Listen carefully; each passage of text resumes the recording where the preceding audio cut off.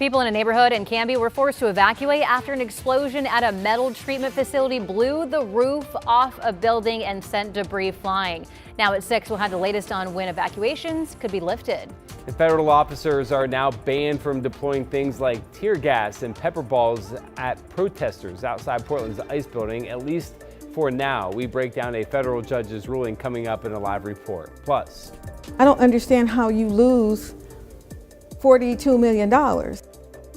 That's the question Portland City Council is hoping to answer after $21 million in unspent funds were discovered in the Housing Bureau not once, but twice. That story's ahead as your news at Sunrise starts right now.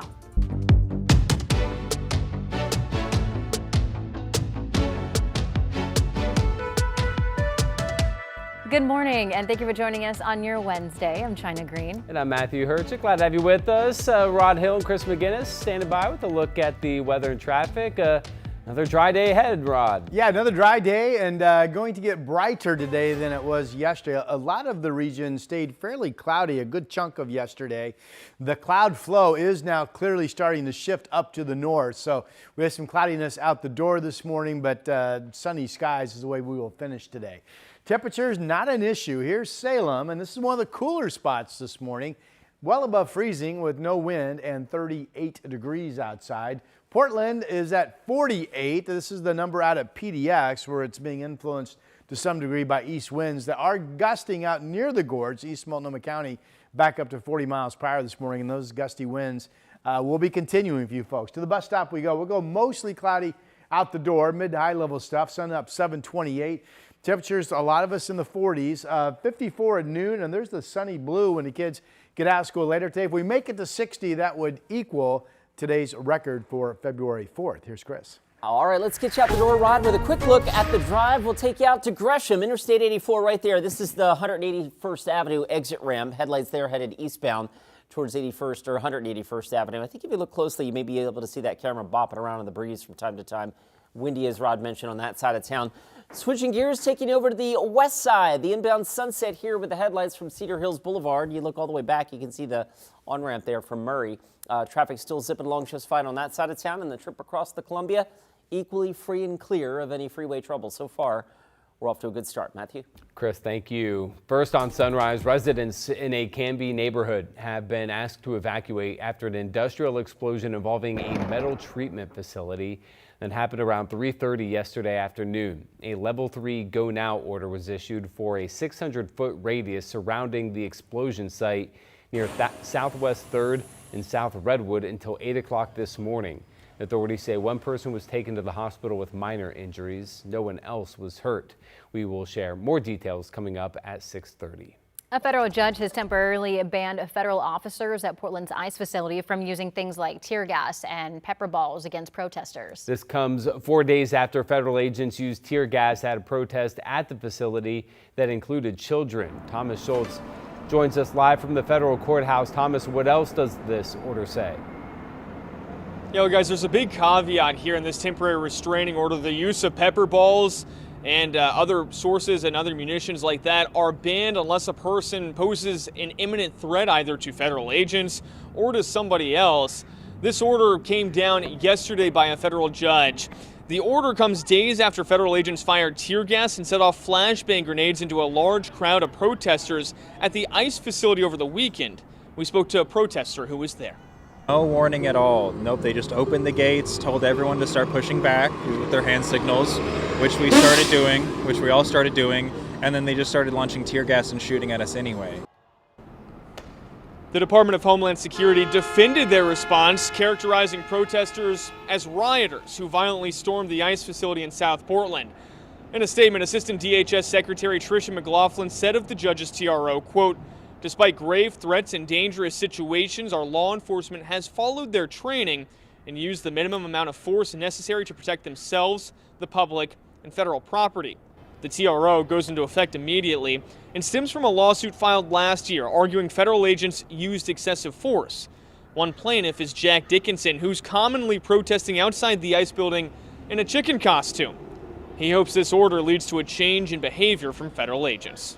It's going to make them think twice about doing it. And if they decide that they don't want to follow this order, we'll be able to hopefully quickly follow it up with some action. Now, there's no word yet on whether the federal government plans to appeal this decision. They have 14 days to make that call. Matthew, China. Thomas Schultz reporting live this morning. Thomas, thank you. One effort by Portland city leaders to regulate the ICE building appears to be delayed. Back in December, councilors passed an ordinance that would fine the landlords of any building like the ICE facility if they fail to stop toxic chemicals like tear gas from impacting the surrounding area.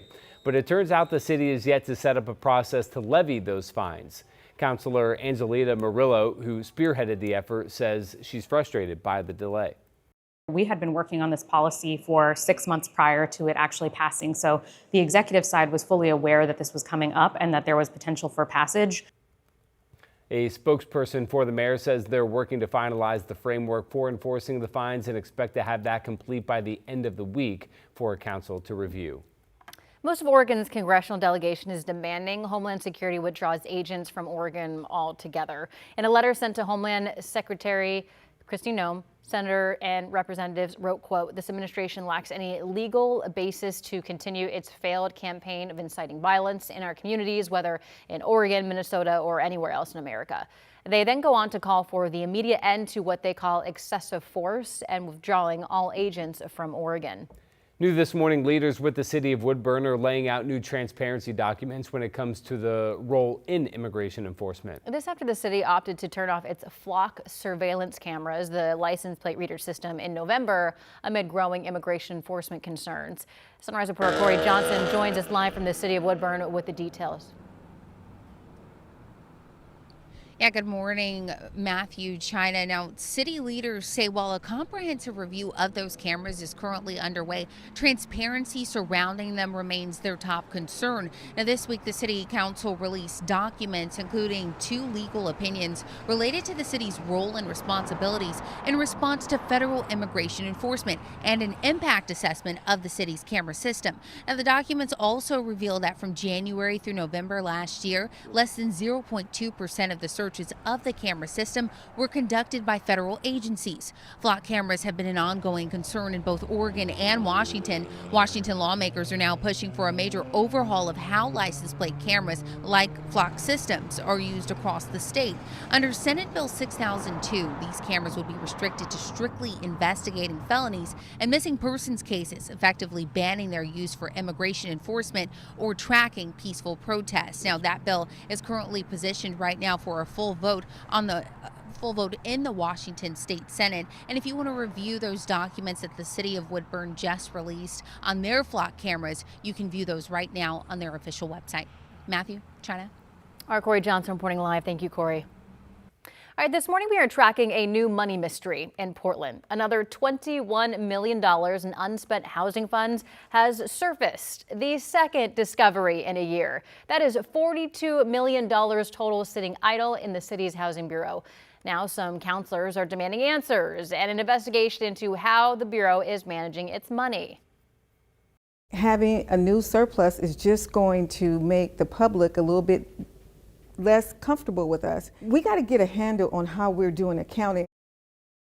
A city spokesperson told us recently discovered funds have accumulated over the years and had not yet been budgeted, adding, quote, "Many of these funds come from restricted or policy-directed sources, including short-term rental fees, and have historically been allowed to accrue to support future affordable housing preservation." So what's next here? Well, a city spokesperson says some of this money will go into a so-called rainy day fund. The city council is set to review options later this week. It's also looking at using more of the money to support renters, build affordable housing, and to backfill the general fund. Cute!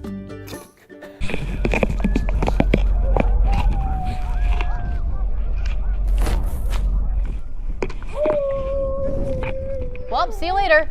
That's an expensive chew toy right there. Oh, wow. The sled dog in Greenland stole a $700 camera from an Associated Press journalist while they were on a shoot in the Arctic Circle. Turns out when the dog picked up the camera, it also hit record. So good news there. So crews were able to find the stolen camera among the sled dogs they had been filming with earlier. I mean, do you want to get a behind the scenes look or not? There you That's go. as authentic as it gets, people. That's Yeah, fascinating And cute. and very cute. But yet the boss is going, tell me again, what happened? Yeah. yeah. Right? Sure. Let's see Sure. the video. Prove it. Boss, I have video. All right. Here's our Snookwiz Casino Resort camera in Lincoln City. Some cloudiness still reported across the area, but the cloudiness, same fetch that we had yesterday, basically, will be moving up to the north, and we will get into clearing today. 52 in Lincoln City. Temperatures seem absolutely likely to be somewhere between 60 and 65 at the coast this afternoon with not much wind. Crazy, crazy mild. Here's Vancouver, the Springs of the waterfront. No fog here, 46 degrees. You get down to Troutdale along the river, and winds are blowing to about 40 miles per hour this morning. And even though it's not windy in that location in Vancouver, the moving air aloft helps keep the temperature from cooling down. 49 in downtown right now, so obviously it's not cold outside. 41, one of the cooler numbers in Hillsborough, and it's 39 in McMinnville, 41 in Albany, 39, it said 39 degrees in McMinnville, the cooler spot. All right, the afternoon map. Everybody's dry today. 60s at the coast, as I mentioned, and we will be near to hitting 60 up and down much of I-5 today. PDX's record for today's date is 60 degrees. Beautiful weather in Central Oregon today. 64 in Bend, sunshine, almost 60 in John Day, maybe reaching it. Notice the Dalles is cooler, 51. There will be some cloudiness come in later today and start to hold up in the Columbia Basin back into the East Gorge. 7-day forecast numbers, 60 today, mid-50s tomorrow's east winds start to keep us a little bit cooler, but still really mild for this time of the year. All dry until rain starts to arrive on Saturday afternoon, and that's your update.